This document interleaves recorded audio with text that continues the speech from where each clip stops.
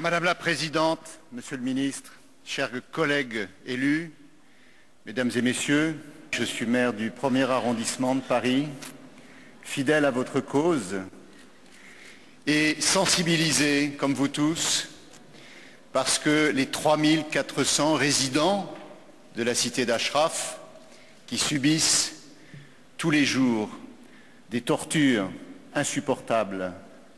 Aujourd'hui, c'est un ultimatum inhumain qui est une menace directe sur leur vie, pas seulement sur leur liberté, qui n'a jusqu'à présent pas été respectée ni sauvegardée, mais sur leur vie.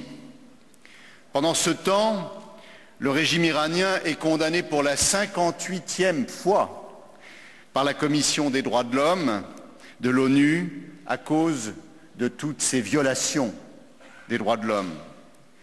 L'an dernier, en 2011, l'État iranien a fait pendre plus de 600 personnes.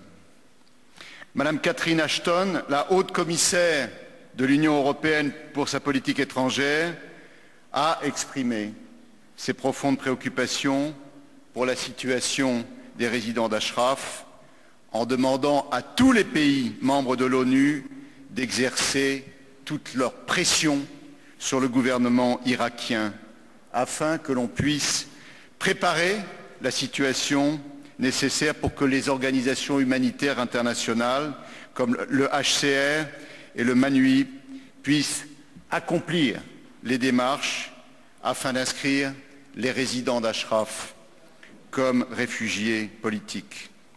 Le représentant spécial de Monsieur le secrétaire général de l'ONU en Irak, M. Martin Kobler, a exprimé devant le Conseil de sécurité de l'ONU ses préoccupations.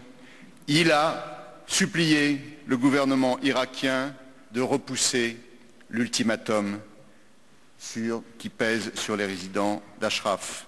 Les ministres des Affaires étrangères de plusieurs pays européens, y compris les Pays-Bas, la Grande-Bretagne, ont pris position pour condamner cet ultimatum. M. Ban Ki-moon, le secrétaire général de l'ONU, a demandé dans son rapport une solution pacifique pour les résidents d'Ashraf en demandant la garantie de protection de ces résidents. Le gouvernement irakien envisage un déplacement forcé des résidents en Irak qui n'est qu'un prélude aux menaces de massacre dans un endroit inconnu, ce que les résidents ne peuvent naturellement pas accepter sans une garantie de protection par les forces non irakiennes. En tant qu'élus français, nous avons toujours exprimé notre fidèle soutien à la résistance iranienne et à la cité d'Ashraf, et nous demandons au gouvernement français de prendre ses responsabilités.